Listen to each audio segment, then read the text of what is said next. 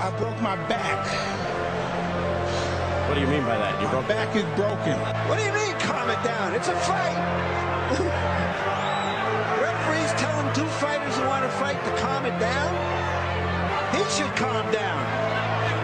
So he's like a clown in his show, man. He's not your guy. Because Tyson Fury's back, and all you motherfuckers are under attack.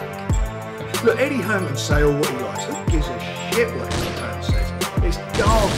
Are you off your tits? Have you been smoking something? Can you let me retire and be happy? Please, just please. Bombs away from the Bronx Bomber! Wanda! Let's go, baby! Let's go! I'm through. They put somebody else up and give me an interview. What are you talking about? What are you talking about? You never give me a fair shake. HBO needs to fire you. You don't know shit about boxing. You ain't shit. You're not shit. I wish I was 50 years younger and I'd kick your ass. I got dropped, man. Are you kidding me? No, you won the fight. OMG, I am so excited. Any of you radio personalities think you want smoke? Call me Mr. Chimney. I want smoke. Yes. What is up? MCR family? Another daily edition of the show live on YouTube, obviously podcast forum, on Spotify, iHeartRadio, iTunes, etc. Hit the like button, share the show, subscribe. If you listen on podcast forum, drop that 5-star review. Head over to patreon.com/Mixed Combat Radio to help support the channel in any financial way. I'm Matt, the Hipster Hunter, joined today, as usual, by the illustrious Mr. Robbie Hearns himself, second cousin twice removed. And obviously, we're going to break down all of the weekend's action and fights. No news, no sort of news topics. We're going to break down just the fights themselves, which I think a lot of people should appreciate since we get at least one message or Twitter mention a day. I think both of us, Rob, about how, somebody's saying we're tired of talking about business of the sport. We're tired about talking about negotiations. Well, here it is, entire show where we don't talk about negotiations. Benjamin Franklin saying, Matt, accept me on Skype. I will. I don't see you on Skype. Add Mixed Combat Radio on Skype for international calls. Domestic calls, 323-870-4051.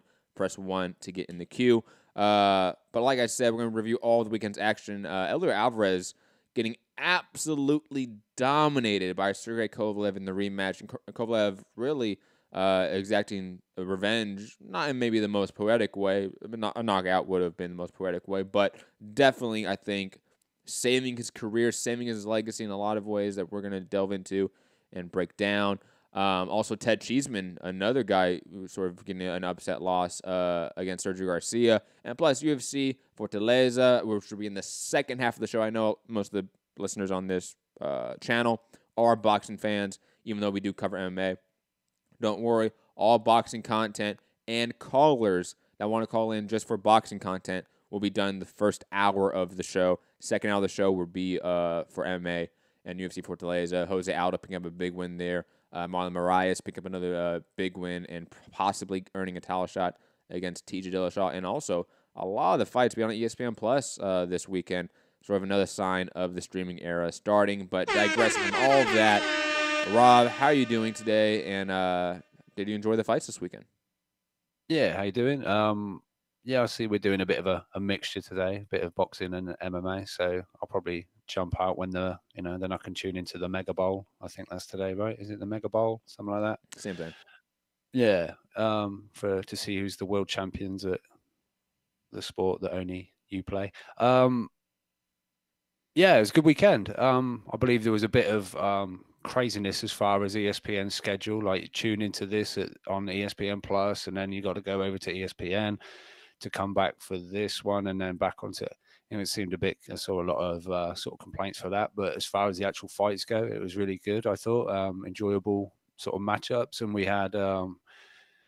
I want to call it sort of more of a next-gen style card over here in the UK with Ted Cheeseman headlining at the O2. It wasn't full or anything like that, but I guess it was about, putting these guys, in the sort of big arenas and seeing how they fare. And obviously we know Ted Cheeseman came up short, but we'll talk about that. There's a few other little details to bring up, a few little points of news. And obviously you've got your breakdown of the MMA. Unfortunately, I'm not the biggest fan just yet and caught any of those, but I've seen little clips and stuff. Obviously, it's on the internet. But yeah, let's get into it and see what happens. Well, let's get into it. And obviously off the bat, I think we both need to eat crow, if I'm not mistaken, on the ESPN Top Rank main event.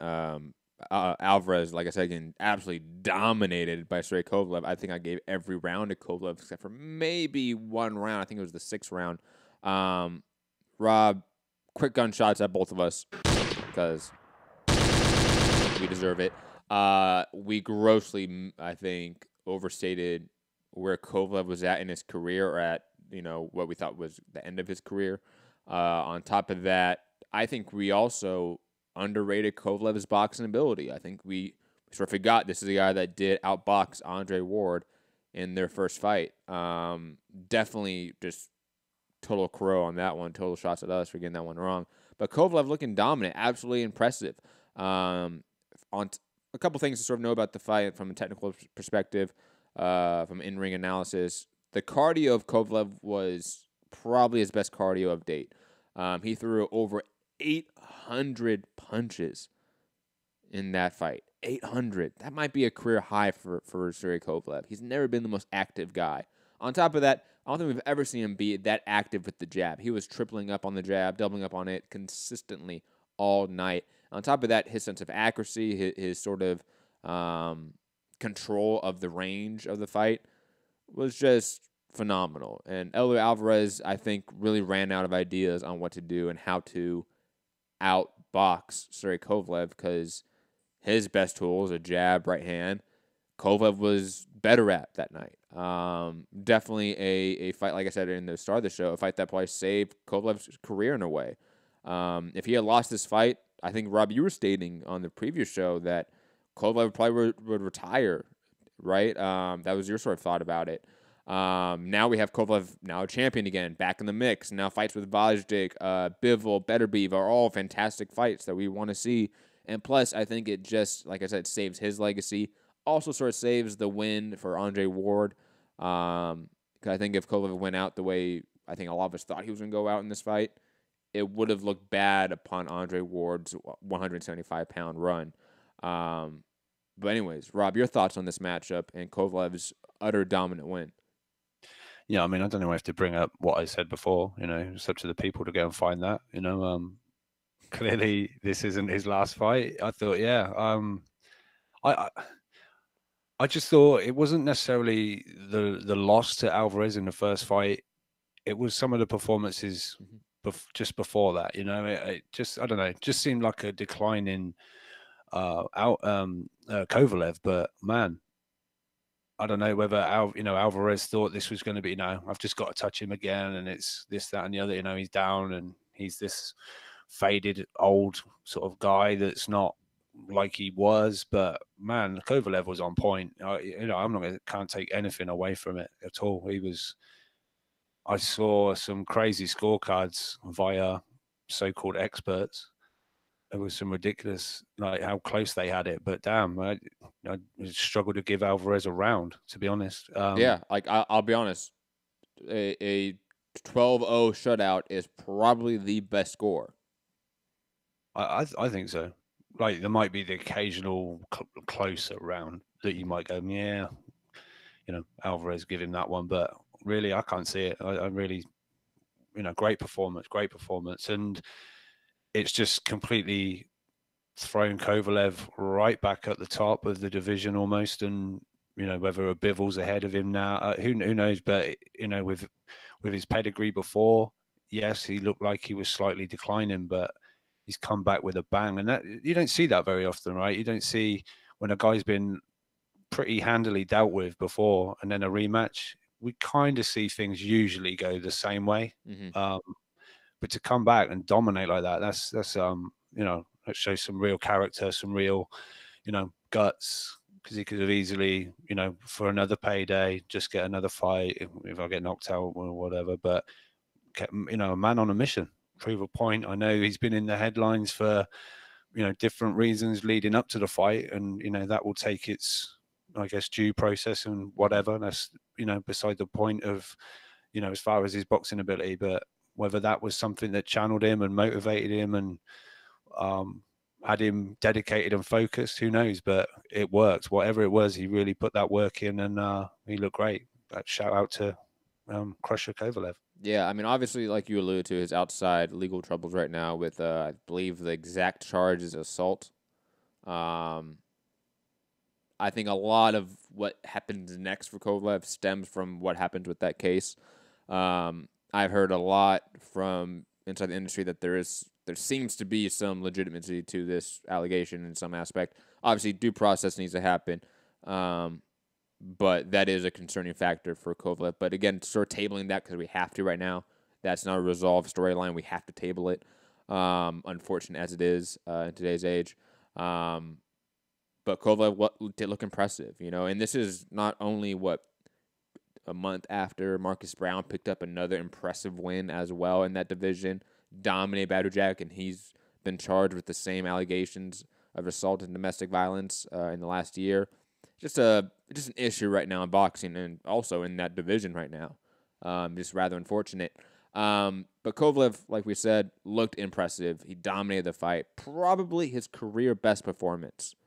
I would probably go on that limb and say this is the best performance of Kovalev's entire career. Because you can't give him the Andre Ward first fight, unfortunately. Even though I know some people do, but he doesn't. I think this beats the John Pascal wins by far. This is, again, in so many ways, a massive win for Kovalev and a career-saving one for him. This is from the main events as well, right? Yes. Really? I mean, you can argue that like this is something that main events desperately needed. Because really all they had is Dimitri Bivol, and that's it. Right? I mean, they don't have anyone else of note in boxing. Not that they don't have, some good prospects potentially and guys like that, but they don't have any champions, any world-level guys except for Bivol and Kovalev, which happen to be in the same division, which has me thinking, what is Kovalev's next move network-wise, but digressing from that. I mean, main events also sort of saved in some monetary sense, obviously, for the next few years now that Kovalev's career has some new life in it. Always good to see. Yeah, I mean, like you say, bringing up network. Obviously, we've seen Bivol doing a deal with DAZN and to sort of co-promote with Matchroom, and then we see Beterbiev go the other way. If Kovalev now jumps over to DAZN, maybe that's, I don't know. That's quite, again, big for DAZN, I think, because having lost. It was kind of like, oh, Bivol in, fantastic. We get Beterbiev. Is that? Oh wait, he's going the other way. Oh shit! And now it could be possibly. I don't know the situation, so this is me just speaking, perhaps not knowing. But if Kovalev lands on DAZN off the back of that performance, wow, that's another good pickup for DAZN going forward. But who knows? We'll obviously wait on that one. We don't know quite how that will play out. Because was Kovalev shown on ESPN via Alvarez or? No, this fight was sort of just picked up by ESPN. Like, this fight was shopped around, to be honest. Okay. All right, cool.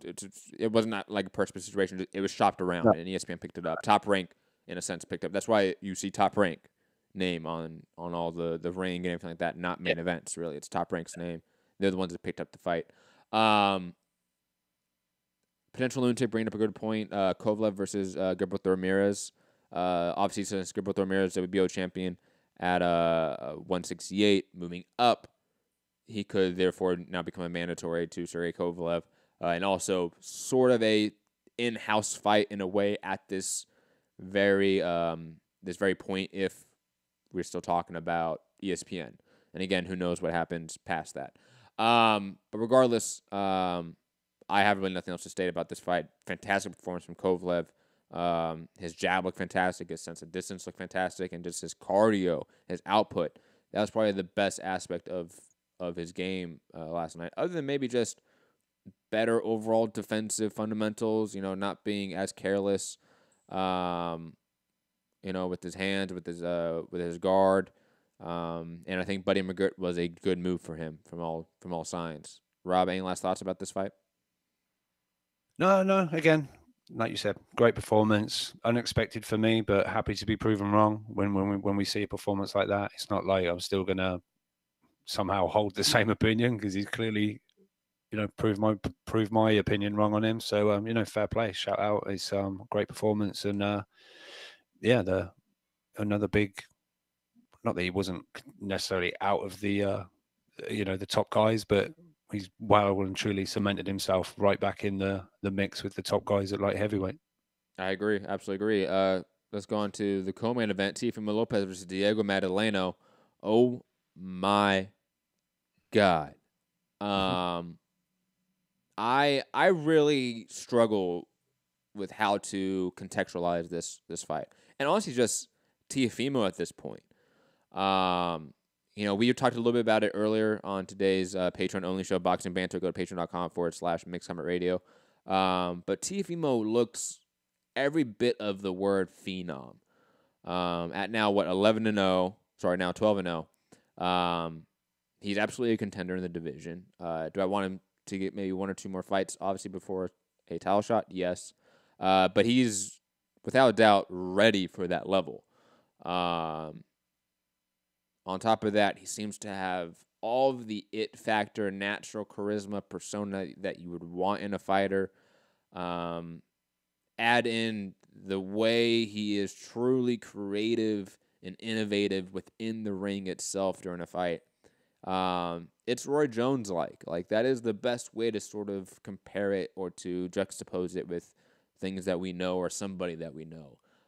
It is awe-inspiring how great this prospect / contender is now.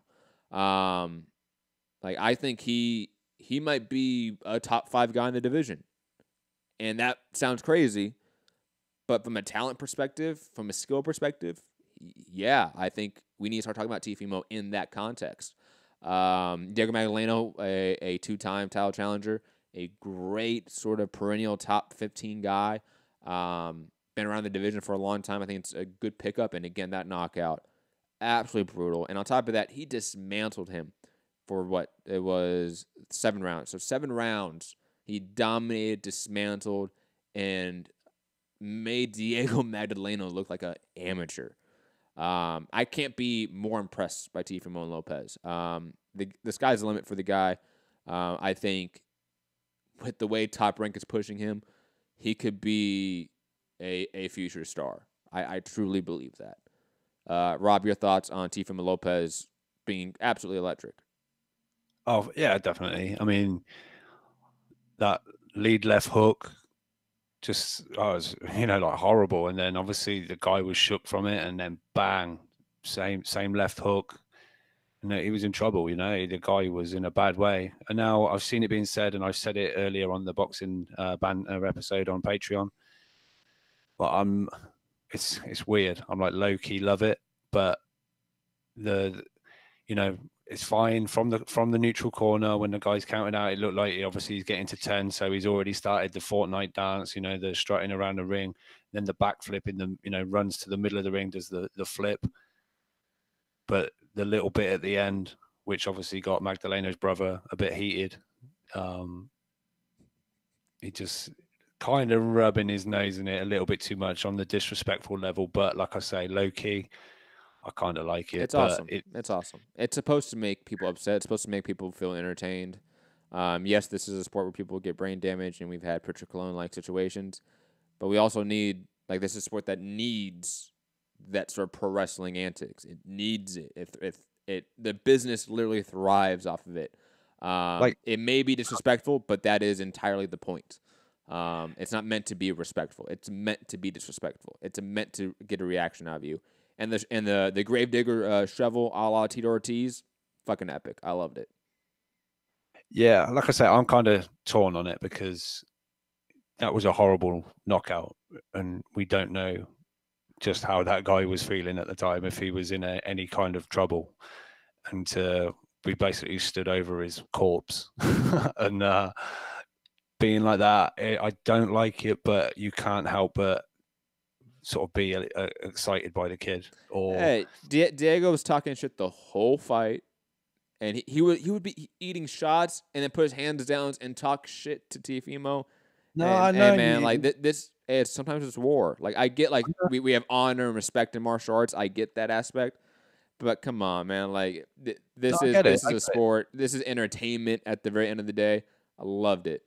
Yeah, I mean, I'm not absolutely slating the guy for it, and I'm not massively holding him up there on a pedestal for it. I'm sort of I know you are, but I know there's others that are like taking like this really moral stance about it. Meanwhile, they just watched a car with the main eventer having a ongoing pending legal case where he assaulted a woman. Like we have to get our perspective here right, boxing fan. You know what I mean? And again, not talking directly to you, Rob. I'm talking more in general. Like if we're gonna get all up in arms about Teofimo Lopez and not really get all up in arms about Sergey Kovalev main eventing on ESPN with his pending case, I'm not gonna really care about that argument, or at least arguing with somebody that is arguing that standpoint or from that perspective. I mean, if they're hanging Teofimo out to dry, but saying what a performance from Kovalev, then without mentioning the legal case, I'm just like, okay, I get you. But as far as the people that are saying this is disrespectful, I agree. It is.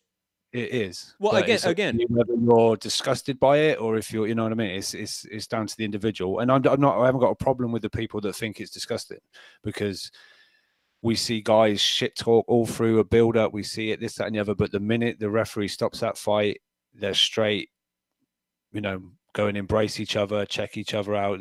I'm just saying that as a sport, and it's the respect given. Two guys trading off, they went to war or whatever, and then there's complete respect at the end. But I say, here's my thing. Off the back of things like that, he is going to be, if he carries on this trajectory, he's going to be a massive star in the sport. And whether he ends up being like a Mayweather type that you either want to watch him because you love him, or you want to watch him because you want to see him get knocked out because of what he is, then that's exactly the point. That is, if you're going to be a polarizing character, you're going to bring eyeballs, whether it's because they want to see you win or whether they want to see you lose. So, I mean, as far as title shot, I think he might probably get one by the end of the year. I don't know how, quickly, or how many more guys on this kind of level, or maybe another slight step up from this. I don't know, but I can see him getting a shot at some point this year, maybe, or early next year. He's on the right path and he's on like maybe the right network to be, really make something of his, of what he's doing, because he's been like highlight reel / viral for the last 5 fights maybe.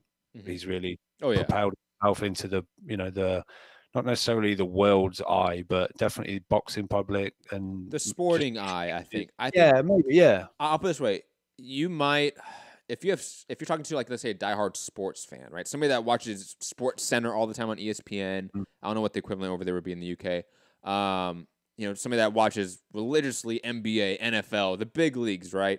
But is watching ESPN a lot. The type of person that would leave ESPN on all day if they just want background TV, right? That type of person. They probably might recognize Teofimo Lopez as like the Fortnite guy, or the guy that's doing the weird dances in the boxing ring after knockouts. They might sort of understand it from that perspective. But that's a big jump for most boxers. Oh, for sure. Yeah. Especially in the U.S. Like, we're about to have the Super Bowl again later today. And that's going to be watched by 150 million people in the U.S. To put that in perspective, that's almost 3 times the population of the entire UK. Okay, so for a boxer to get to the level of, oh, he's that guy that does Fortnite dances, that's transcending the sport in a way. And I know that's weird to think about, but it is. He's like, fringes of, cracking into like just mainstream sport to a point. I'm not going like he's in everybody's radar, but keep doing what he's doing. I mean, he's brutal. He obviously seems heavy-handed, like you say. He's sort of creative.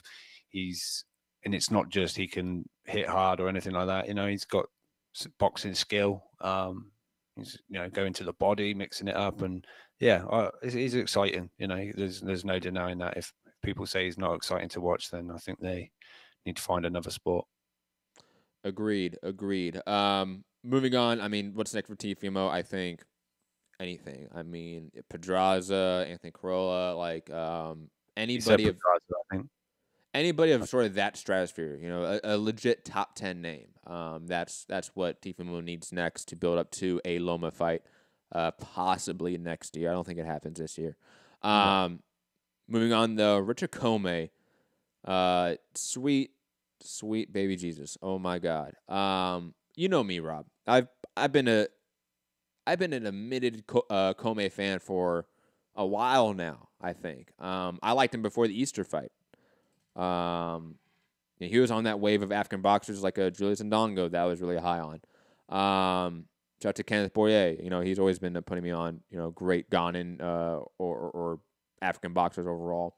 But Richard Comey coming out here and obliterating Isa Chimaev in 2 rounds, setting up obviously the Loma fight. It was fantastic. It was on regular ESPN2, not ESPN Plus. That was awesome. I think it was just a good sort of natural promo for Loma's next fight. On top of that, it's Comey looking destructive as usual and defeating let's be honest, a tune-up the way he needs to be defeated in 2 rounds, in destruction, vicious KO. Rob, any thoughts on this fight? And probably more importantly, thoughts on the upcoming Lomachenko-Comey fight, which I believe they even have like a targeted month. I don't know the exact month they're targeting, but I know they are like pretty much all set in stone.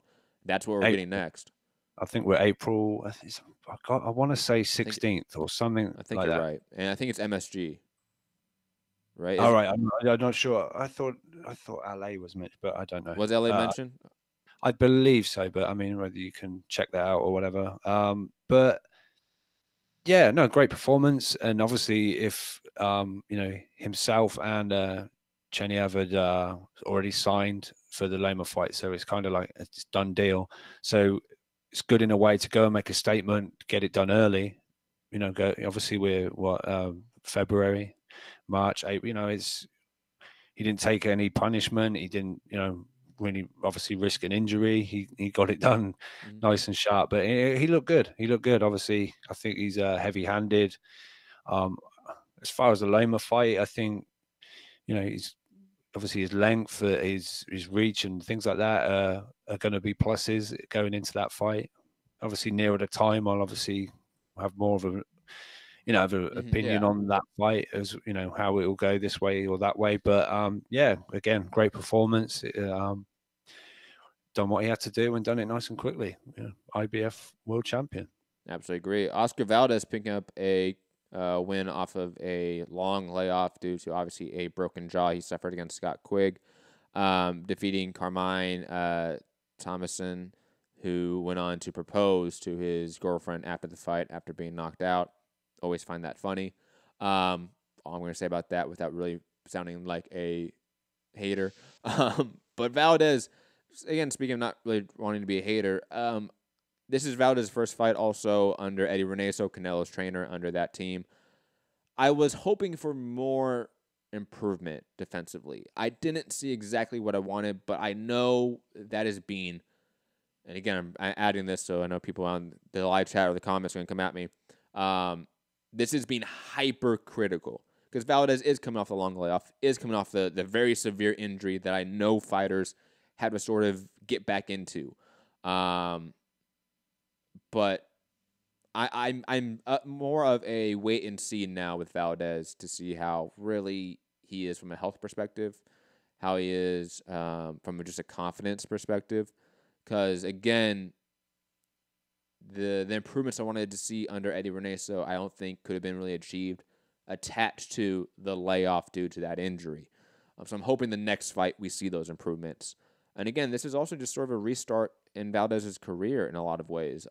Even though we've had a Valdez now of 24 fights, this now seems sort of like the restart of it, or the new beginning of it in a lot of ways under Eddie Reneso. Hopefully we see more improvements. And again, not saying that he was bad. He won. He won, I think, via 7th round TKO. Absolutely dominant. But his opponent was a guy we have never heard of before, a guy we will probably never hear of again. And on top of that, it is also a guy that is sort of getting lost in the shuffle at 126. There's a lot of sort of different angles we can take with Valdez.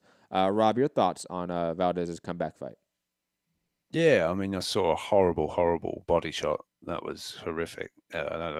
So fucking painful. But yeah, I mean, he's come back. He had a horrible injury. And a really tough fight. Yeah, and I'm not going to be ultra critical or anything like that straight away. See him in the next one. Potentially a little bit of rust. I know nothing like Thurman's sort of layoff or anything like that, but it takes a live opponent in front of you or whatever, like an actual guy that's coming, a proper matchup, you're not sparring or anything, to really show how sharp you're looking or anything like that. But it'd be interesting. Obviously, they're trying to do the Warrington fight, we believe, so that would be super interesting. I don't think the Valdez we saw last night is going to cope with Warrington in any way. I really don't think. Warrington's obviously, sort of peaking and doing great and massive confidence right now. So, Valdez off the back of that win, I don't know quite at the moment. But so, yeah, we'll watch that space as far as that fight goes, or whether it's going to be the Galahad and Warrington fight. We'll see. But no, we'll see how he goes in the next one. Like you say, things to work on still. I think he gets hit a little bit too much. But yeah, he's in the right place to try and correct that. Yeah, exactly. If you're not working alongside Canelo, that's sort of excellent in those kind of situations, then you should be learning from people like that and whatever. So or we just find out that Valdez has a ceiling. And this is it. You know what I mean? Like, it's either one of those things, and that just does happen sometimes. Not everyone can be Canelo Alvarez and have that head movement, being one of the slickest boxers in the game. Moving on, quick mention of Jimbek Alamaket. I'm not going to try to pronounce his name, at 160 or 162. Great prospect at 5-0 now. Also beat Rob's man, Anthony Fowler, in the Olympics. Just wanted to state that. That's fine. When I found that fact, when I found that out, I'm like, oh, now I'm just going to mention it purely to piss off Rob. Yeah, well, don't worry. Fowler's going on to bigger and better things. Don't worry about it. Not with Ted Cheeseman. But before we head into that transition, he still will. I think. Before I head there, call in 323-870-4051. Press 1 to get in the queue. If you are international, add Mixed Combat Radio on Skype to call in internationally. Rob, as you were stating, and as we're transitioning to, Ted Cheeseman losing to Sergio Garcia in, I would say, competitive fashion. I thought this was a really competitive, fun fight. It was just one that, looking sideways, like that was a weird thing to say. I don't think it was as dominant as some are saying. I thought Cheeseman put on a good showing. He was just outboxed. You can still be competitive and lose most of the rounds. You know what I mean? I don't know. I'll put it this way. Maybe. Cheeseman and Eleider Alvarez probably won the same amount of rounds respective in their matchups. However, those two fights looked absolutely different. Oh, yeah, okay. You get what I'm saying? Yeah, all right. That's my point, is that those 10-9 rounds for those respective fights are completely different. So again, I think Cheeseman's getting sort of drugged through the mud here when he really shouldn't. He just has clear aggressive footwork issues. Like, he doesn't know how to cut off the ring in any capacity. On top of that, I think his gas tank failed him in this fight. When that right hand, when those combinations weren't really affecting Sergio Garcia in that way, his gas tank started really declining in a really rapid fashion. And Sergio Garcia just outworked him. He was just on the back foot, throwing jabs, throwing combinations at will, and never let up. And even when Cheeseman would get close and land good shots, Sergio Garcia would just get out, keep circling, and keep landing the jab and keep working. He never got off his game plan. He never deviated from the path, so to speak. Really good showing from Sergio Garcia, though I don't think he has a particularly high ceiling as well. I think he would get absolutely destroyed by anyone at the top at 154 right now. But digressing, Rob, your thoughts on your countryman Cheeseman losing to my countryman, Sergio Garcia?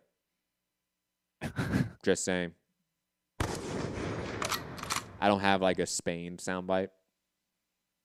Otherwise, I would play one right now. Or a Portuguese one, which you keep saying you're Portuguese. I'm Portuguese and Spanish. Oh, and Spanish. Oh, okay. That'd be like saying like you're Welsh and Scottish. It's like, yeah, of course. You're all interconnected. Okay. All right. Just because the countries are touching, never mind. Yeah, Cheeseman, look, he I'm gonna get hate. I know it. I know it. I apologize. I apologize. It was a joke, people. Yeah, chill. Calm down, chat. Yeah, look, Cheeseman, it just showed he wasn't quite ready for moving up into the, European ranks, We've watched him at British level, flashy combinations, great work rate, and punches in bunches of things like that. Just fast hands, this, that, and the other. Never really thought he had a great deal of power, and I just think that showed.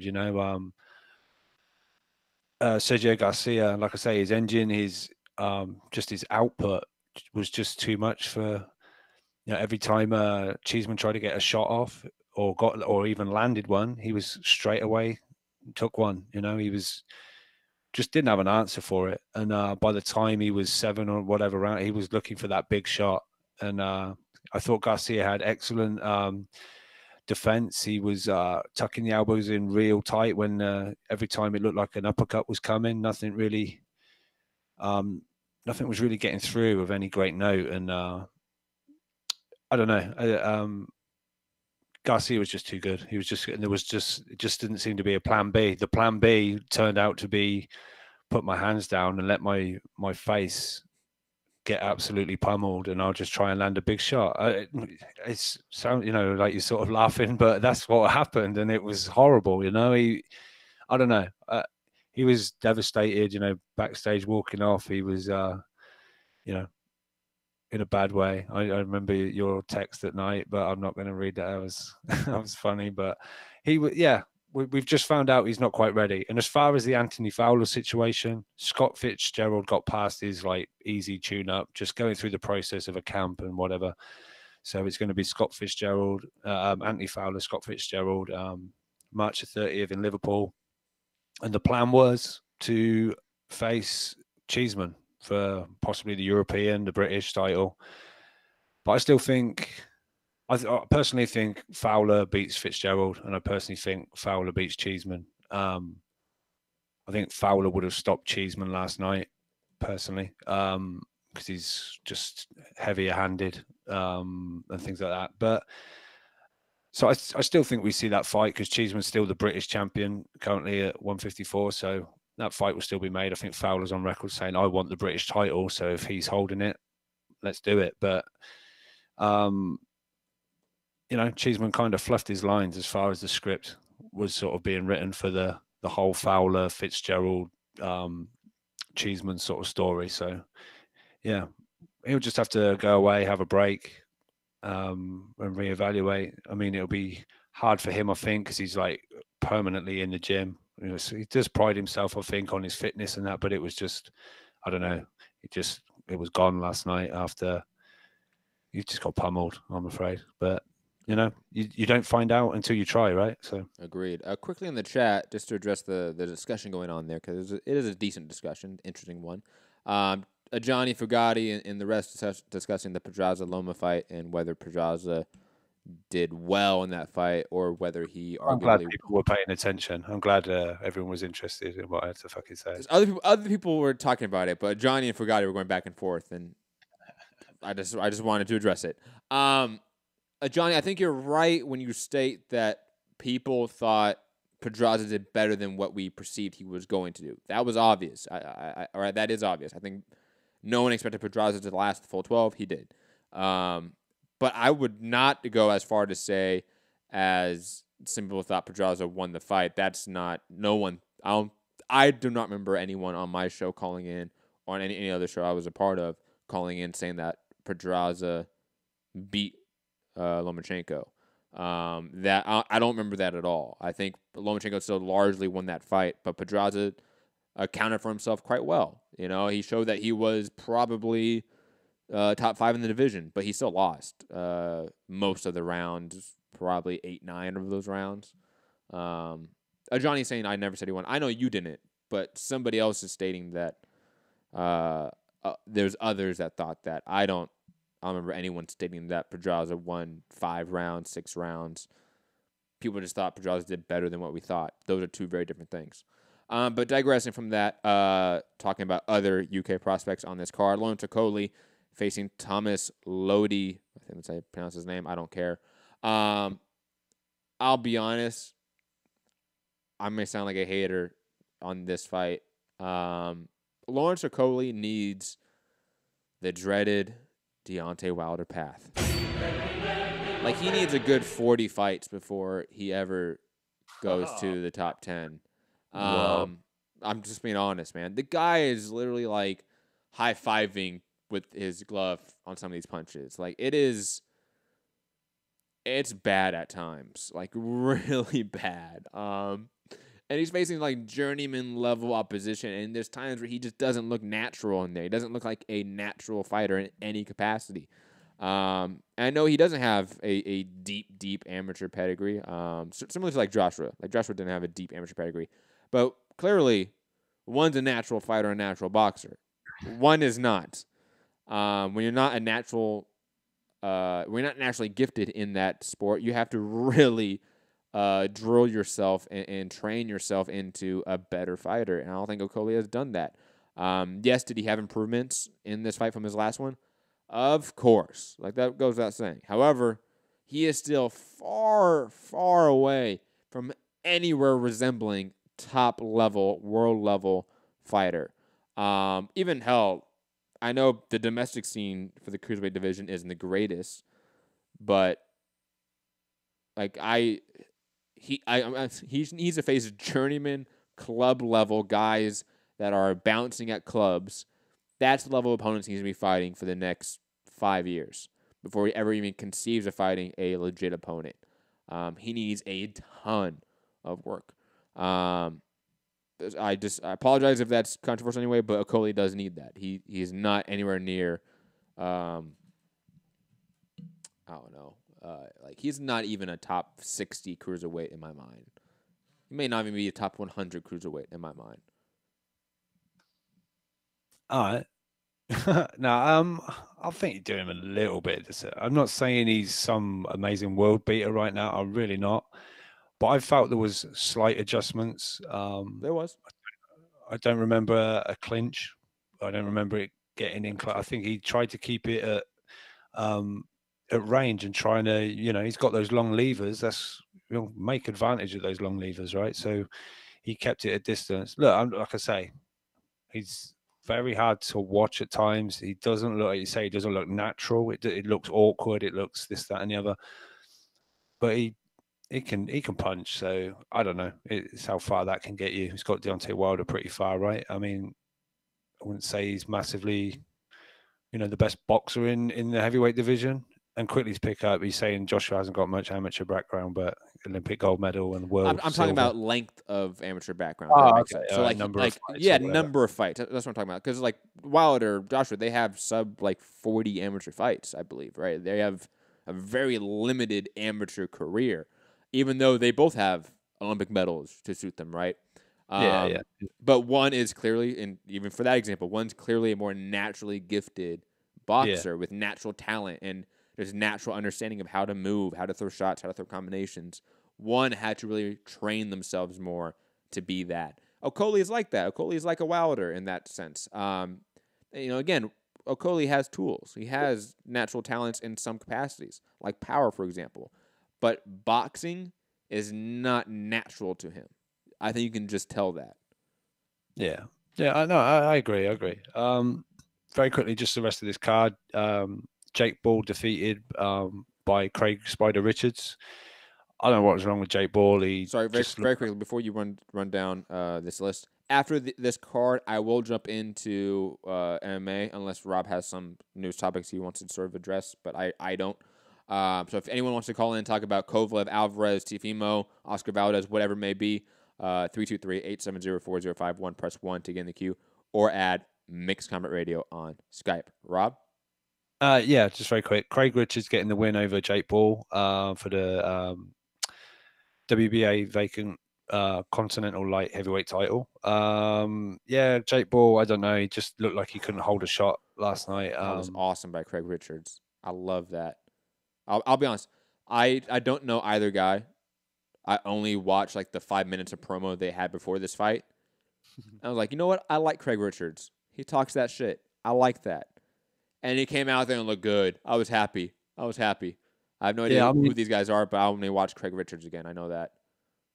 Yeah, it looks like Eddie's trying to sort out a fight with Jose Burton for Richards. So, you know, we'll wait and see on that. But Felix Cash, nice, almost like the Teofimo Mason Menard knockout. He landed that shot and the guy kind of went to sleep and went forward like a falling, you know, a foul tree. So that was a nice pickup. Yeah, we touched on Lawrence Okoli. Fabio Wardley looks like a hard-hitting heavyweight under the guidance of Dillian White. It'll be interesting to watch. And then John Doherty, you know, I think he was on the Facebook and the YouTube feed before the actual show goes live at 168. Yeah, he's only like he's only 2-0, but he looks fucking spiteful. He looks like a Scotsman. He's got some, I don't know, horrible tendencies. He looks like he wants to really hurt people. And also, shout out to the Scots. I mean, you guys got Josh Taylor right now. Like, you guys are coming up in the world. Be interested in watching what's happening at Cyclone with Josh Taylor. I don't know, but elaborate on that if you can. I've forgotten the female fighter's name now. Someone will remind me. Chantel Cameron? Yes. No, I think it was Cameron. Yes. She's parting ways and didn't seem too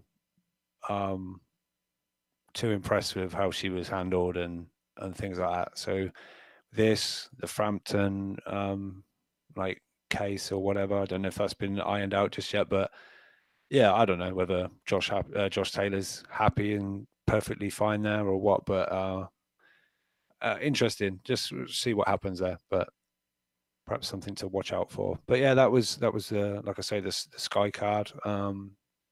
Yeah, decent enough. I don't think it was a massive drive for DAZN subscription, but quickly, a boxing topic we can address because Johnny brings it up, and it's something that we can't talk about. And I love it. You know, this show does bring the U.S. and the U.K. together in some aspect.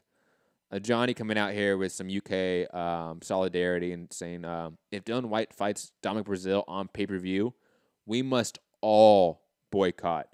I like that, Johnny. I like that. Even as a U.S. fan, like, we know that's not going to be pay-per-view for us. But when/if that fight does happen on April 20th? Yeah. I think out of the goodness of us boxing fans, we should sort of boycott that pay-per-view because, God, that would be a really bad pay-per-view for you guys in the UK. And on top of that, it's sort of connected to Terrence Crawford and Amir Khan, which should not be pay-per-view in the US. So, yes, hashtag boycott all pay-per-view. US, UK coming together, unity, one love. If only I could play some Bob Marley right now, but copyright. But I like that. I like that idea of boycotting. But digressing more to the fight itself, Dylan White, Dominic Brazil. You want to talk about that very quickly? Well, it's not anything ironed out. That's not made or anything. There were three names kind of mentioned. There was Brazil. To me, part of what happened last night, as far as that card, was going on backstage and stuff that was getting talked about behind the scenes because, IFL were there in attendance. They had Dillian talking, and then Eddie came along. There was a lot of sort of stuff revealed, and it was quite an interesting chat. Dillian was saying how he's seen the 50 million, and Eddie was like, "What? It was piled up in the room? What are you talking about?" And I don't know. And Dillian was doing his thing. He's like, I saw Eddie with some interviews. I had to call him. I said, "It's all right, baby. Don't worry. Calm down.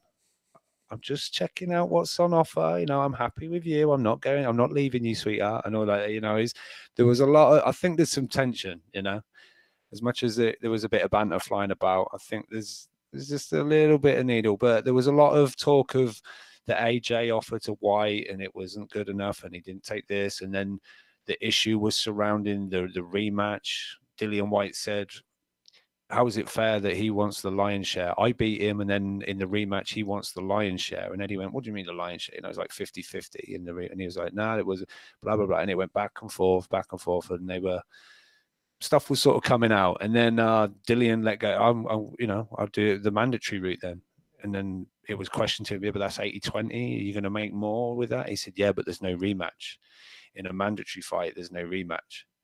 So he's saying, and then I'll dictate the terms. Joshua's got to come to me, and I'll throw him 10%, see how he it's all that kind of stuff and whatever. But anyway, back to Dillian White, who previously said, April 13th's too early for Joshua. It's not long enough for camp, this, that, and the other. But they've booked the O2 for the week after, which he's perfectly fine with. Well, of course. Well, Rob, I mean, come on. Like I know that's like a joke. Like you've thought about that one all day. I know you have. Oh, I kind of said it last time. You kind of, that's true. You've thought about that maybe a few days ago. But you know why that is, Rob. Like it's easier. You need less time to promote and sell out 20,000 seats than you do 90,000 seats. I know. For obvious reasons. But this, as far as fans watching, they're like, wait, so 1 week and that's all the difference. You can fight the week after, but this is too soon. You know what I mean? People have latched on. But that's because those are the knuckle draggers. Those are the people that aren't really, they complex thoughts. Things like that, critical thinking. That's not their forte, Rob. You know that. Look, I'm not here to take shots at our lovely listeners. Our listeners are not those people, I would say. Well, all right, maybe. Yeah. The idiots on boxing Twitter. Yes. And there are a lot of those. But no, as far as Dillian White's next opponent, 3 names were mentioned: Ortiz, Povetkin, Brazil. Now, I don't see Brazil. Even I've had people say, yeah, but the payday. I don't see him coming over to the UK for what. I don't care what anyone says. It will be pay-per-view. Dillian White and his next opponent. In the UK, yes. So I don't see him coming over just for a little bit of that pay-per-view money and risking his mandatory spot for the WBC title. I think he wants to fight Wilder, and I think it'd be silly to fight White in some kind of. I believe that was mentioned that they're talking to the WBC in order to make it, because they see it as unfair that Dillian White's been #1 in the WBC for like 2 years nearly, and he was overlooked as far as the mandatory status. So there's been conversations apparently with the WBC that it could be Brazil and White for the mandatory spot, like some kind of final eliminator. That's what it's going to be. It's going to be Brazil. I know you. I think Povetkin myself, but I think that's such a hard sell. I think Brazil's the easier sell. To English speaking, Dillian will shit talk. It will piss Brazil off. He'll say something, and it'll be a face-off worth watching. It just has more. There's more on the line in that fight. There's a mandatory status. Like there's a selling point to this fight. The winner of this fight is guaranteed to fight the winner of Wilder Fury. Like there is a selling point to that. There is, but one of them already has a guaranteed route at the Wilder. That's my point. Yeah, but see, if you're Sky and you're doing it as pay-per-view, you're selling as this is White's opportunity to guarantee a Wilder shot. You're not really arguing it from Brazil's perspective. You understand what I'm saying? Even though you're right about that fact that it is true that Brazil technically is in that position, but it's not true for White. It's not true for Sky Sports and their team. So if they can sort of attach themselves to that storyline, attach themselves directly to Wilder Fury as well, sort of take that clout, I think it's a masterstroke from a lot of different angles for Sky, for Eddie, for Matchroom, for obviously Dillian White. I think it's just the best fight. And if you're Dominic Brazil, you're probably thinking to yourself, look, for whatever reason, I'm not getting this Wilder fight. Not at all. Maybe I can get an AJ rematch if I beat Dillian White. It solidifies my mandatory status. It's a good paycheck for me. It's going to be a bigger paycheck than anything else I can get right now. And also, if you're speaking of Brazil, he has less options than anyone we're talking about when it comes to fights. We're talking about, like, when we talk about Dylan White, Jared Miller, AJ, Deontay Wilder, Tyson Fury, they all have options. Dominic Brazil does not, unfortunately. He's like in Bermain's Deverne situation without having Don King's money to force the WBC's hand. So I think we're getting White Brazil. It's going to be a UK pay-per-view. I don't know how it's going to be packaged in the US. I'm thinking with it being, again, sort of attached to Crawford Khan in the UK, maybe be attached to it in some fashion in the US, maybe ESPN Plus, and that be a lead into the pay-per-view card. Why are you shaking your head? I don't think so, because I think the Dillian White, there's no guarantee this is anything to do with the Khan. No. I understand that. I'm saying, like, will be DAZN. This one will be DAZN, I think, because they've got the pay-per-views from the UK and the option on it. I mean, and I think they'll take this one because the card is believed to be, well, whoever it's going to be against Dillian White. There's Eddie Hearn wants to make, who was it, Takam and Hunter, and then who was the other heavyweight? Oh, Parker versus Chisora. Parker Chisora on that card as well. Look, I don't know if it's gonna be on DAZN because it's also within the months of them spending a lot of money on Canelo, Jacobs, Joshua fight, etc. Like, the coffers might be a little bit dry in that time frame to spend it on a White Brazil pay-per-view. When, again, in theory, I didn't say it's happening, Rob, but in theory, the reporting has been that Bob Arum has been looking at packaging Crawford Khan in the UK with the White fight on April 20th. The thought would be it could be packaged both ways for obvious reasons. And plus, even though DAZN has an option on UK pay-per-views for Matchroom and Sky, it's not a guarantee. And we've already seen a much bigger Dillian White fight be forgotten about, be not picked up by DAZN when they had a Canelo fight around that same time. So I think it's going to be a repeat of that in my mind. I think we're not going to get White on DAZN in his next fight. I think we're going to get it on ESPN Plus. It's going to be packaged with the Crawford Khan fight in some fashion. It's going to be promoted as such, as that being like the prelim UK card for the Crawford Khan fight later in the day, and vice versa in the UK. That's how I see it happening. Well, if we're expected to pay for Amir Khan Crawford at stupid o'clock, and yet we're getting, it was revealed at the weekend, we're getting Canelo Jacobs for free. Well, part of Sky subscription. It's not pay-per-view. I don't know. I think it would be on DAZN, so I'm marking this down on the calendar, and we'll come back to this very show. Very, very quickly, Rob. I think, again, if White, Brazil, Parker, like Takam, like there's a bunch of fights on that card that they're talking about, and Crawford Khan is all packaged in one pay-per-view buy, so to speak, I think the UK is going to buy it. I'll be honest. But digressing from that, because we don't need to stick on that too much if we don't need to. No, not at all. But yeah, no, it was just off the back of this April 20th and Dillian White fighting. But other news quickly is Abner Moraes has actually come out and said, Wait, hold on. Sorry. James saying I think Crawford versus Khan is on DAZN. No, it's not. It's ESPN pay-per-view. It's a Bob Arum fight. Come on, fam. What are you doing? James, you've been saying some really, really dumb things in the chat, man. Drink some tea or coffee. You need it. Rob, any other boxing things or topics we need to get to?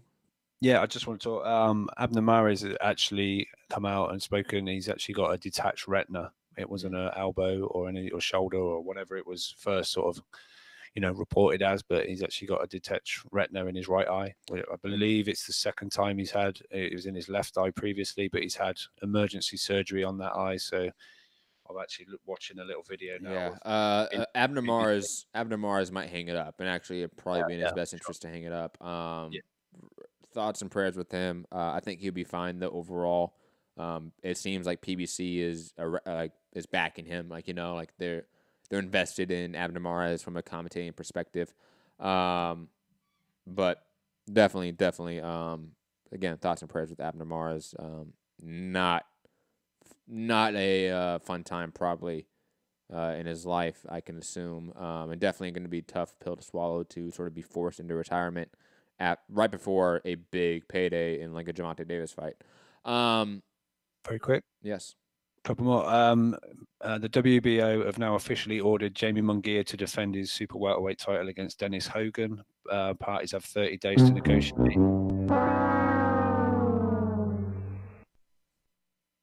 negotiate. Or it goes to purse bids. I'm just trying to see if there was one thing I thought about to tell you. No, nothing that I remember now. Yeah, got nothing else to talk about. No, we do. We do have something else to talk about. MMA. Yes, MMA, yes. Very quick. I found it. Fight announced for the UK, March 23rd. Charlie Edwards will defend his WBC title against Angel Marino. Joshua Buatsi will fight Liam Conroy for the British title. That was a lovely little meeting. They got them up in the ring. I just don't think Liam Conroy is ready for what Joshua Buatsi is like when he's actually in the ring with gloves on. He's a completely different character, man. Charlie Edwards, like his win against, what was it, Casamora? Was that his last fight? No. Who did he win? Jesus, why have you done this to me now? Why have you just pulled that out the bag? Yo, I'm sorry, but like I'm trying to remember as you were stating, I'm like, who the fuck did Charlie Edwards just beat? That was like a really big win for him. Fucking name. Look it up. Anyways, Charlie Edwards is somebody to watch right now. A young talent who all of a sudden is now on the scene with a world belt attached to him in a win that he picked up in his last. Rosales. Christopher Rosales, yes. Potential lunatic. Look, he's the savior. Well done. Thank you, Christopher Rosales. Which was, God, that was a shocking win. I was high on Rosales for a bit. Definitely sad in my eyes, but digress from that. Love that sort of those two fights. Even though it sorry not to interrupt again, but it does seem that Charlie Edwards is not ready for a headlining position, if that makes sense. He's headlining this one. What? He's headlining this card. I know. I'm saying I don't know if he is in the headliner position yet. Oh, right. I thought you did. Yes. Yeah. No, I'm saying like he would. To me, he's perfect for like a co-main to somebody at like for a Dylan White fight, or an Anthony Joshua fight. You put Charlie Edwards as like a co-main event to give him some push and give him some exposure. I think he's a hardcore name probably in the UK as well. I would probably presume. Yeah, I mean he's caught fire a little bit. He was on Sky's commentary last night. He was part of the going well, not the commentary, but going back back to the booth or whatever, the table. With Johnny Nelson and there was Dave Caldwell. So Charlie, he gave some good insight, this, that, and the other. Had his opinions on the Cheeseman fight and whatever. No, he was pretty good. Good, he spoke well. But Lawrence Okoli versus Wadi Camacho has been made for that, and that's for the Commonwealth title. And then Lewis Ritson back in action defending his British title against Andy Townsend. So Andy Townend, sorry. So that a pretty decent card. I'm quite looking forward to that one. See Ritson on his return after his goddamn Spanish fighters, man. The UK can skip fighting these Spanish guys. That's Ritson, Cheeseman. Who else was it? Bradley Skeet, Frankie Gavin. That was the same guy, but Spain, stick to football, man. Jesus. Potential lunatic adding a point to this. I want your take on it, Rob. Saying Hearns was under pressure to make a non-pay-per-view world title fight. Edwards is providing that. I don't understand, or I'm just not privy to sort of what the obligations of Matchroom are to Sky, and sort of what numbers they want to hit. But why is there sort of a push to make every world title fight a pay-per-view fight? That feels like it's counterintuitive to what the market states. Is that what Eddie is seemingly trying to do in the UK? Rob is to sort of make his world title list, the guys that are legit world title lists, pay-per-view fights, and has Charlie Edwards this card been a reaction to criticism of that? Because again, I'm trying to understand more of the context around. I don't know. I mean, I don't know about maybe potential know something I don't, but I don't know about maybe there has been every time we've got a world title fight, it seems to be on a pay-per-view card. So this is off on normal subscription. I don't know about necessarily pressure. I know the minute Eddie Hearn puts out a card, it's like on pay-per-view, right? It's the instant, like this thing that Eddie Hearn always does at pay-per-views. But I guess looking at it, I've never really thought about it because I'm just happy to watch or pay kind of usually for most things, pay-per-view wise in the UK. So, but thinking about probably, but I don't know about how much pressure he was under, whether it was from Sky or more the fans. Yeah. I mean, I'd see what Potential's saying, like his side of it. But yeah, I mean, it's nice that we're like, oh wow, a world title fight, so fine getting these British titles and European titles, on the thing, but a world title fight on your subscription, it's great. So is it? I mean, who are the world titleists for Matchroom? You got AJ, you got Katie Taylor, Charlie Edwards now. Who else is on that list? That's Matchroom UK. Matchroom UK, not US, because you have Daniel Roman, you have guys like that, right? But that's a different market entirely in a way. Yeah, I mean, obviously there's Josh Warrington, but he's with BT, and Frank Warren. Who's UK? Because Anthony Joshua, Katie Taylor have been sort of packaged together. Calify. Yeah, that's right. Calify. I'm curious, Potential Lunatic. I know you probably don't know the statistics of how often those champions are on pay-per-view cards or off pay-per-view cards. Obviously, AJ is always pay-per-view. Katie Taylor, I don't know. I would doubt she's always on pay-per-view because she's been on DAZN cards. She's been on Matchroom USA cards. She's been packaged without AJ before. I would assume those cards aren't pay-per-view. I would be curious if actually you sort of delve into that, Potential Lunatic, if that's the case. If all world titleists or most world titleists are on pay-per-view cards in Matchroom / Sky. I don't know if that is the case, but digressing.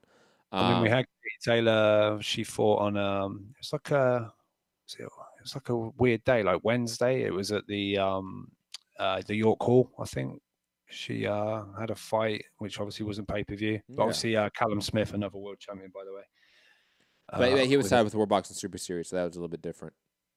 Yeah, but he's a Matchroom fighter with a world title. Yeah, but he's yet to make a defense. Like we don't know which one he fits in, right? If he's on pay-per-view going forward or not. Probably. But yeah, no, I quite like that card we just mentioned. See what else gets made for that evening. But UK Rob MCR, Instagram and Twitter. I've got no input, and not through a hating way, but I just literally any shit about MMA, it's UFC. Okay, or Rob. anything. It's okay. Yeah. I can carry on the show without you. Again, we do have some callers though, so if you want to wait for a call, okay. We do have Gary on the line. I assume he just wants to talk about Kovalev and Alvarez. Gary in Dallas, and again, call in 323-870-4051 or call in on Skype. Gary, how are you doing today? Did you enjoy the fights this weekend? I really, really did. I thought this was like Kovalev's best performance I'd ever seen, and I'm being serious. I thought he looked ridiculously good. I thought his head movement was really good. His jab, just his boxing skill. It looked like in his last couple of fights he was just looking to load up, and that wasn't the case at all. How do you guys think he would do against Bivol? I mean, do you think he's back? Do you think he's the best light heavyweight, or how far back do you think he is? I wouldn't go as far to say that he is now the best light heavyweight, though he is now back with that group. Like, it's now, I think it's him and Bivol and probably Vajdic. Those are the top three. And Better Beef is below them. That's sort of how I would rank them. Okay. And then Gilberto Ramirez. I was never big on him at 168. Where do you think he's going to fit at get made, right? Like that would be a fight they'd want to make on ESPN. Is Kovalev and Gilberto? We don't. If that fight was to happen, it'd probably be an ESPN fight. But to sort of speak about Gilberto Ramirez and where he ranks at 175, I don't think we can rank him at this point. He's an unknown commodity at 175, and like you said, I was never ultimately that impressed with him at 168. So I'm not now thinking he's going to take over 175. Definitely a wait and see on him, in my opinion. Rob? Sorry, what was the question? Sorry, I was involved with the chat. Sorry. Kovalev, what do you think? Where do you rank him at 175? And then would you rank Gilberto Ramirez at 175, or is it wait and see? I think that's too soon. Until we see him actually fight someone, it's tricky to know. I don't rate him at 168, unfortunately, to be honest. But yeah, me and Matt kind of agreed on that too. Yeah, I mean, but Kovalev at 175, he's right back in there, right? He's got a world title. He looked impressive doing it. I thought he schooled and made Alvarez look like he had no other plan. He looked to me like he was going to try and rely on his power. I'd done it last time. I'll do it this time, no problem. And Kovalev had all the answers. It'd be interesting now going forward, a Bivol fight or, a guy like that. But that's when we'll truly find out. But for now, from my prediction of him being on the brink of retirement to absolutely looking fantastic. Top 3 in the division. What a 180. Yeah, he's done good. Yeah. Not that means fuck all, right? So I also wanted to ask, I remember hearing back late last year, like maybe September or October of last year, that Andre Durrell was going to return at 175. Is there any update on that? Is he done? Is Andre Durrell done? I'll be honest. I don't even remember that reporting, Gary. I'm not saying it doesn't exist, but I don't remember ever seeing that. With Andre Durrell, he's not relevant wherever he goes right now, so it doesn't really matter. That is a shame. I can't believe he's never held a world title. And I thought, in the Super 6 tournament, I thought he beat Froch. Then he beat Abraham. I thought he was going to be on a path to superstardom. And then, he was just never really a top player again. It's a shame to see how his career didn't unfold. Yeah, he's definitely one of the bigger what-ifs of, American boxing in the last 10 years. If I would have said to you, what was the Super 6 tournament, 2008, 2009? If I would have said to you then, he will never be a world champion, you would have laughed at me, right? Mm-hmm. And he was never a world champion. It's I can't even fathom about it. It was inactivity. I don't know. There was a lot of things wrong with Durrell. I don't think his heart was ever really 100% into. Well, on BoxRec, his nickname is the Resurrected. That is hilarious. Yeah, I've seen that too, and I never heard anyone call him that. Have you, Matt? No, I really hope that was Ray Johnson over at BoxRec who runs that site, and he was drunk one night off of wine, and he changed that on his own, because that is totally a Gray Johnson move to do that. Because I've never even heard Andre Durrell have a nickname before. So I don't know what that is. Hashtag the Resurrected. And then the other thing I want to talk about, I forgot how good Oscar Valdez was. Because he's been inactive for so long. Mm-hmm. It has to have been over a year, right? Did he fight at all in 2018? Yeah, he fought in the summer. I feel like he's been inactive forever. He fought in the summer. March. It was March? Mm-hmm. That fight was in March? It's been a while. I didn't even remember if it was last year or not. Yeah, it's been a while. Oh, my God. That was in March. You're right. It was last year. So we're hitting close to a year. We're about 11 months. About 10, 11 months, yes. But you guys you thought Valdez looked really good? I thought. No. No, really? No. I thought Okay. Again, you may not have heard it, Gary. I did add some caveats to my criticism of Valdez in this fight. Obviously, it's a year layoff. Obviously, he's coming back from a broken jaw injury. So you're not expecting any fighter really to come back from that looking 100%. You're just not. On top of that, he coupled the comeback fight, him just trying to look good again, with a new training camp, a new trainer, where I think I expected more improvements from him, which I did not really see. However, this is a first fight from a broken jaw. Sorry, very quickly, Gary. This is a first fight from a broken jaw injury. 10, 11 months since that fight. He's not going to look good, in my opinion. And he really didn't. He was dominant in the fight, but look at his level of opposition. But I am way more interested in the next fight for Valdez when he really has the confidence back. He has sort of the worry about the jaw away. He has the fight under his belt. Then I'd be more interested about sort of rating Valdez's performance and going in depth on it, because to me it wasn't the greatest Valdez performance for obvious reasons. What were the reasons? Like, what didn't you like about his performance? I thought his punching was crisp. I thought his head movement was really good. I would not say his head movement was really good. I would say he looked timid at times. Like, it looked like a guy that was coming back from a broken jaw injury that did not have his confidence back. On top of that, the moments where we see Valdez shell up and eat shots, there was moments where he did that again in this fight. But again, I'm being hypercritical, and I'm stating I'm being hypercritical. This is a comeback fight, so you're not expecting him to, on top of that, improve drastically under a new trainer. That's too many things to ask of a fighter. To me, it looked like a guy trying to get his legs back, if that makes sense, and that's what I saw. Okay, Rob. I mean, on a 1 to 10, I'd give him a 9.5. I thought he looked really good. Well, what was your assessment of Vasquez? I mean, of Valdez. Yeah, I wasn't quite as critical as Matt. Like he said, he's been a little bit hypercritical, but no, I thought he looked good. And I still think maybe he just won't change, but I still think he takes a few too many shots that he doesn't need to take.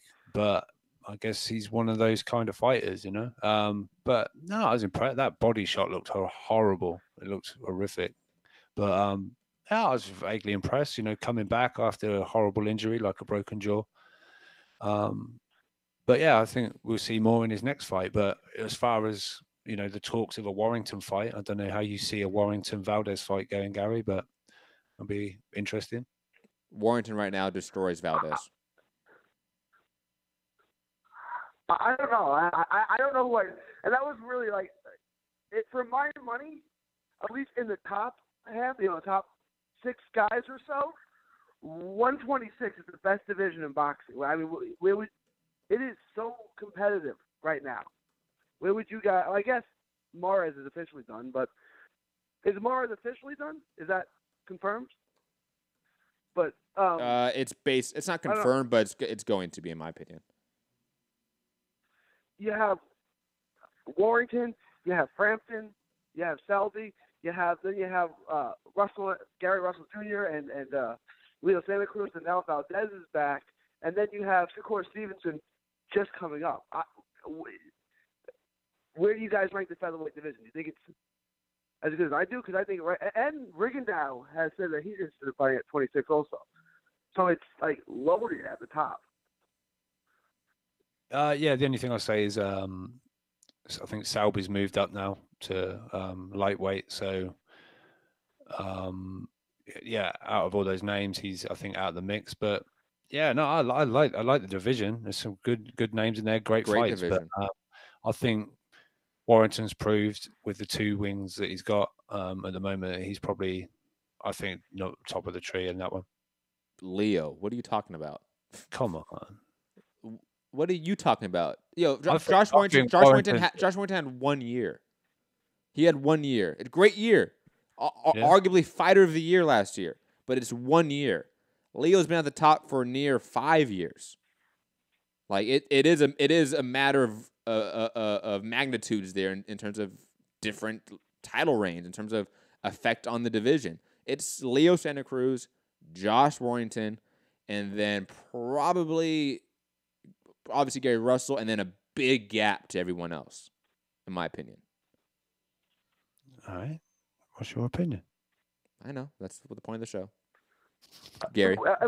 If Rigondeaux does fight at 126, where would you put him in that I haven't. conversation? I would need to see him fight a top 15. 26. Yeah, like an actual live body at 126. And then Shakur Stevenson, do you think he's ready, or when do you think he'll be ready for any of the top 3 names in the division, whether it be Warrington or the PBC guys? Sorry, what was the question? Shakur Stevenson. When do you think he'll be ready for the top 3 names in the division? Do you think they'll still be in the division by the time he's ready to fight those guys? Who's gonna be in the division? Sorry, you cut out there. Shakur Stevenson. Well, Shakur Stevenson. When Shakur Stevenson is ready for Russell, Leo Santa Cruz, and Warrington, will those guys still be in the division? And how far off do you think that is? Yes, I think largely yes. I don't think Leo's moving up. I think he's probably a career featherweight in my mind. I don't think Gary Russell's going to move up anytime really soon. He might try to move up for a Gervonta Davis fight and get that money. But I don't think Gary's going to sacrifice his belt in the title reign he's had, which has been a decent title reign. He's fought some decent names. I think Shakur Stevenson will be fighting for a world belt in either the first quarter or the first half of next year. Against Warrington? Because that would make sense for the WBO. Right? Probably Warrington, which would be a fantastic fight. Cannot wait for that. And then, Matt, I know we're a few days late, but did you watch Thursday's card, the Flick Day fight? No, I haven't, unfortunately. I know I need to go back and watch it. I just keep forgetting because it's on UFC Fight Pass. Fuck. The UFC. Do you have the UFC Fight Pass? Yeah. Okay. Go back and watch that fight. And then there was a kid from Fort Worth on the undercard. It was a matchup of 2 unbeaten featherweight prospects. Edward Vasquez. It's the co-main event. Go watch those 2 fights if you can. I know you might so we'll not be able to watch it today, but whenever you have a chance, watch those 2 fights, and then let me know what you watch. I want to talk about the Flick Day fight. Will do. Anything else, Gary? Oh, yeah. When you were naming the best prospects again on the Patreon-only show, and you said Figueroa, so you got the answer half right, but you forgot the other half of the equation. You forgot to say Virgil Ortiz. I was going to call you, but then I had a friend from college who was coming over to visit, so it was like, do I come see my friend I haven't seen in 5 years, or do I argue with Matt about Virgil Ortiz? And then I got the look from my wife. It's okay, Gary. Don't worry. Your man Virgil's going to be okay. Yeah, I don't know, like, because you forgot to mention his name and when you're talking about Rob about the best American prospects. Do you realize you forgot to mention his name? I did on purpose. I know I had to be just Matt. Did on purpose. All right, that's all I got. Thank you, Gary. Thank you. Rob, we'll be heading over to MMA portion of the show, unless you have any other final points or anything else you want to say. Just Warrington greater than Leo Santa Cruz. Catch you later. Peace, Rob. Thank you for joining me on the half of the show. We're going to move over to UFC Fight Night Fortaleza, UFC Fight Night 144, technically. A really, really fun event, I got to be honest. From top to bottom, I enjoyed all the fights. Tons of great knockouts. I'm really impressed with a lot of the showings here in my mind. Just, again, really good stuff from everyone involved. We'll start at the top, work our way down. Marlon Moraes beating Rafael Assunção in the first round submission. Dropped in with an overhand right and followed up with a guillotine choke. Absolutely fantastic work from Marlon Moraes. And obviously setting up the TJ Dillashaw fight next. And there's not much I can really break down from a technical perspective from this fight because it was rather quick. It was only 3 minutes of action. And that's sort of a growing trend, I think, with this entire main card, actually, is how quick some of these fights were. I have less of a case study to grab technical analysis from. I gotta admit, Marlon Moraes, that overhand right, that was a beautiful shot. But I wish I had seen just a little bit more in this fight, just to get a better gauge of Moraes against TJ Dillashaw. And again, fantastic fight from Moraes. Co-main event, Jose Aldo against Renato Moicano. Aldo picking up another TKO win in the second round. Fantastic showing from him. Turning back the clock yet again. I got to admit, Jose Aldo, in my mind, probably is obvious. Not probably. He is the best featherweight of all time in MMA history. Probably top 5 all time in MMA history across all divisions. You really can't say anything else that other people haven't said that just are platitudes of how great Aldo is. His body work, his combination work, his boxing ability. He's by far one of the better boxers in MMA, and by far one of the most impressive fighters of all time. He just is. And beating a young fighter like Moicano, who's bigger than him, stronger than him, and beating him so dominantly, so viciously, absolutely impressive from Jose Aldo. What is next for him? I've mentioned, I was talking to Jason Burgos of Sherdog, colleague of mine, sort of matchups for Aldo. I mentioned the winner of Edson Barboza versus Justin Gaethje, a move to 155. That's sort of what I would want for Jose Aldo, in my opinion. Damian Maia defeating Lyman Good via submission in the first round. I'm going to eat a little bit of crow here because I did pick Lyman Good. I don't know what I was thinking. Definitely paid way too much attention to those 49 consecutive takedowns he did not get against Colby Covington and Tyron Woodley. And I kind of sort of lumped Lyman Good in there. It's like, oh, well, that means Damian Maia's shot, and Lyman Good should be able to defend the takedown. Nope, not going to happen. Damian Maia got that back and submitted him within 3 rounds. Absolutely impressive work. What's next for Damian Maia? I have no idea. I think he is a guy that probably should retire. What else does he need to do? But I would sort of like some matchups, like a Ben Askren fight. I would love to see those two grappling masters work. If Khabib ever wanted to move up, I would love a Damian Maia just give me fight, like similar to the vein of when Anderson Silva moved up and beat Forrest Griffin, obviously, but who else did he beat? God, why am I forgetting? I've met him quite a few times. I feel awful for now forgetting this guy's name. But anyways, similar in that vein, taking non-title fights up a weight class. If Khabib wanted to do that, Damian Maia is the name to do that with. James, that's funny. But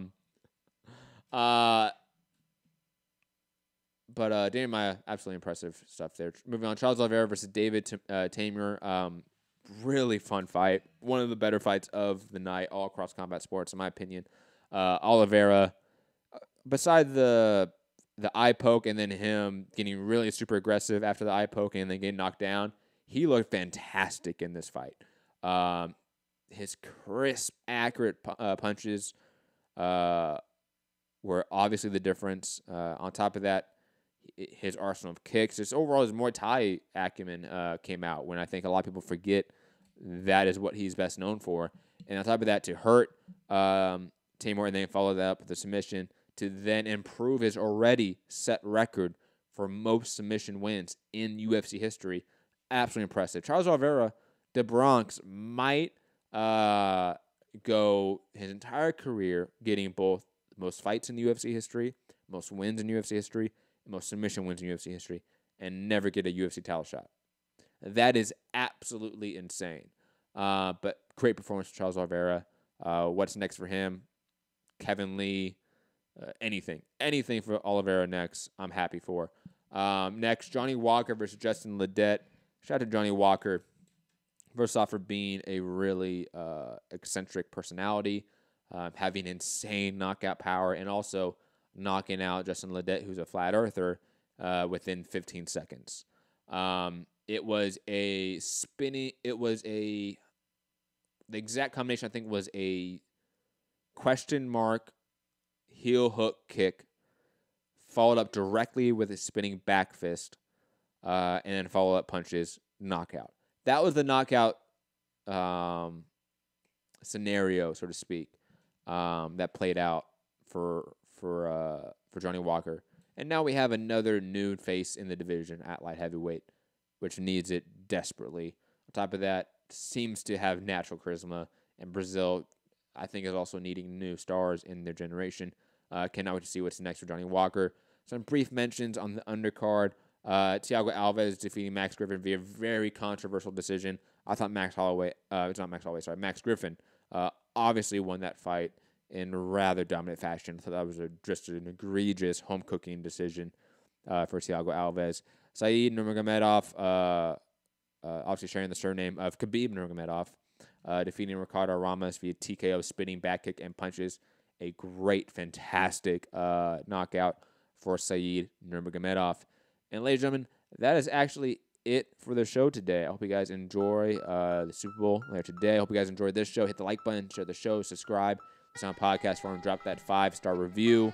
What else? Leave a comment below with your thoughts about any of the topics we talked about, any of the fights we talked about. Let me know what you think Sergey Kovalev is in this division at 175. Does he beat Bivol? Does he beat Beterbiev? Does he beat Valijic? Is the Crusher back? Ted Cheeseman, can he sort of bounce back from this hard, difficult loss? On top of that, obviously UFC Fight Night Fortaleza, Moraes sort of punching in his shot against TJ Dillashaw next, and Jose Aldo turning back the clocks yet again with fantastic performance. I'm Matt, the Hipster Hunter. Find me at Matt Hunter, MCR, all platforms. Have a great day. Peace.